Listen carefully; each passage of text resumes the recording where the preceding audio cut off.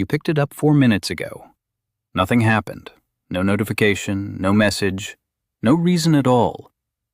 And yet here you are again, thumb hovering over the screen, checking it for the second time this hour for no reason you could explain if someone asked. You've been told why. Dopamine, they say.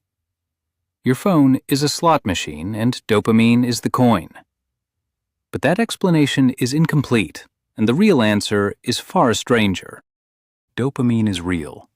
It does spike when you get a like or a message. But dopamine alone cannot explain why you check a phone that you already know has nothing on it.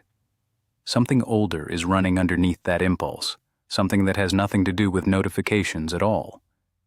To understand it, you have to go back. Not to the invention of the smartphone, not even to the invention of writing. You have to go back hundreds of thousands of years, to a savanna, to a body that had no internet to check and no screen to glow in the dark, but had a brain doing the exact same thing your brain does today. Your ancestors lived in an environment where information was survival, not entertainment. Survival. A rustle in the grass might be wind, it might be a leopard. The humans who paused, scanned, and checked their surroundings constantly were the ones who noticed the leopard in time. The humans who didn't check were sometimes eaten. Over hundreds of thousands of years, this created a brain wired with a single, relentless directive. Monitor the environment for changes, because change might mean danger, and danger ignored is often fatal. This is called environmental monitoring, and it isn't a choice. It's a background process running constantly, the same way your heart beats without you deciding each time. You don't consciously decide to glance toward a sudden noise.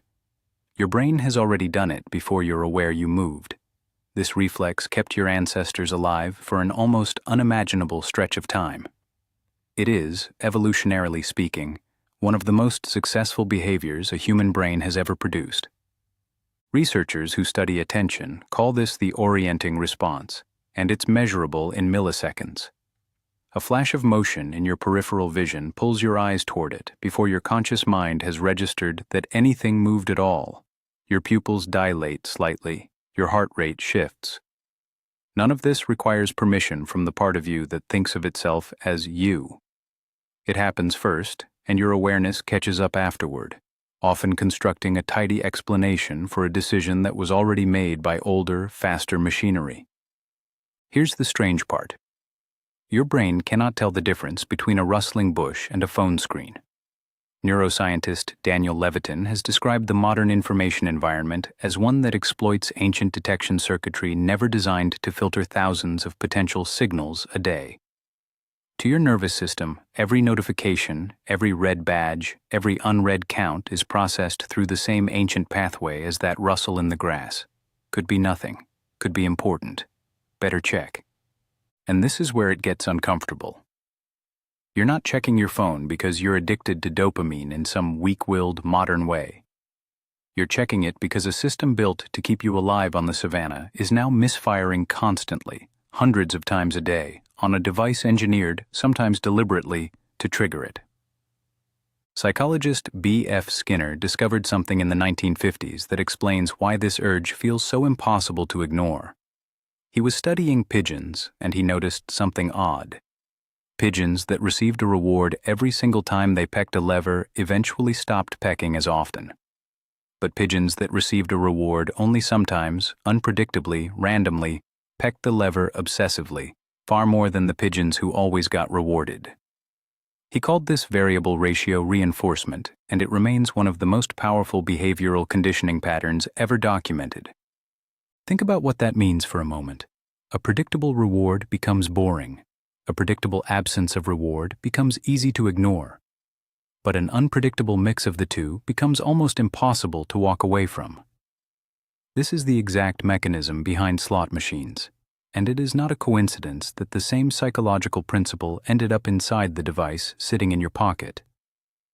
Engineers did not need to invent a new vulnerability in the human mind. They only needed to find the oldest one already there and build a faster delivery system for it. This is also why deleting an app rarely works the way people expect. The urge doesn't come from the app itself. It comes from the conditioning pattern underneath it.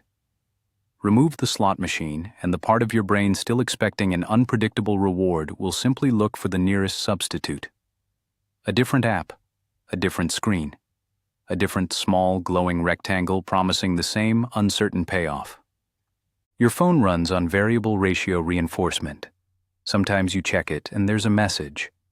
Sometimes there's nothing. You never know which one it will be.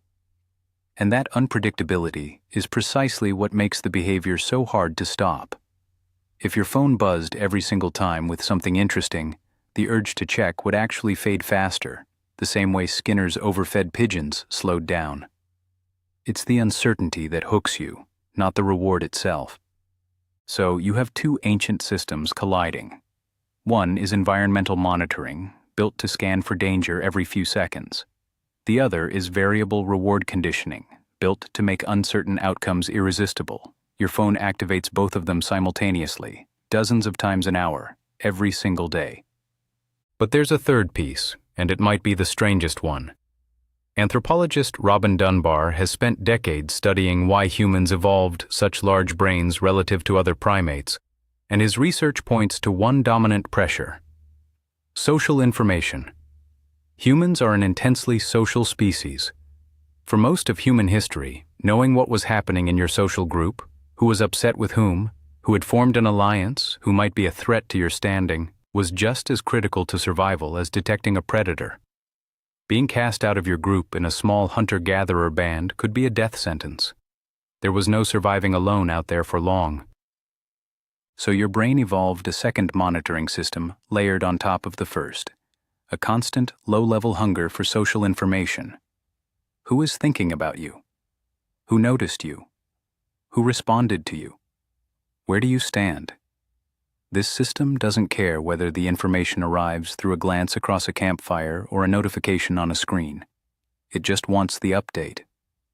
Dunbar's research suggests this drive is so strong that it shaped the very size and structure of the human brain. He proposed what's now called Dunbar's number, the idea that humans can only maintain stable social relationships with roughly 150 people at a time, a limit tied directly to the processing capacity of the neocortex. That number sounds small in a world where you might have thousands of online connections, but the underlying drive hasn't shrunk. It has simply been handed an impossible workload. Your social monitoring system, built for a tribe of a few dozen familiar faces, is now trying to track hundreds or thousands of relationships at once, and it does this by checking, scrolling, and refreshing in search of the social update it's built to crave. Put these three systems together: environmental threat detection, variable reward conditioning, and social status monitoring, and you don't get a person with weak discipline reaching for a phone.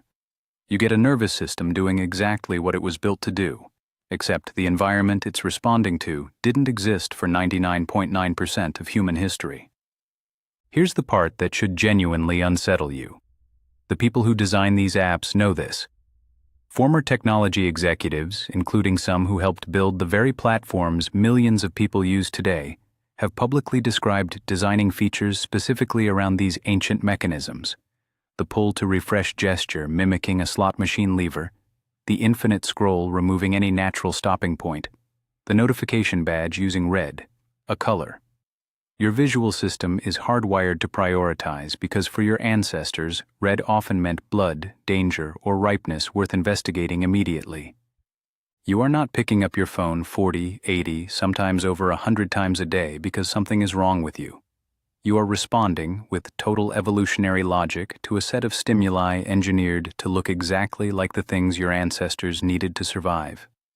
The leopard in the grass, the status of your place in the tribe, the unpredictable reward that might be food, might be nothing, but is always worth one more check.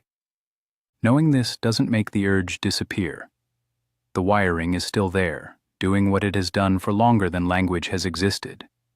But there's something powerful in understanding that the urge isn't a personal failing. It's not weakness. It's not a lack of willpower. It is one of the oldest, most successful survival systems in the human brain, simply firing in an environment it was never designed to encounter. It also explains why the guilt so many people feel after a long scrolling session misses the point entirely. You wouldn't feel guilty for flinching at a loud noise or for your stomach growling near a meal you can smell. Those are old systems doing exactly what they evolved to do. The urge to check a phone sits in the same category. The problem was never that humans are uniquely undisciplined in the modern era. The problem is that an environment built around scarce, meaningful information got replaced almost overnight, in evolutionary terms, by one optimized to manufacture artificial scarcity and artificial meaning, dozens of times an hour, indefinitely. That doesn't mean you're powerless against it.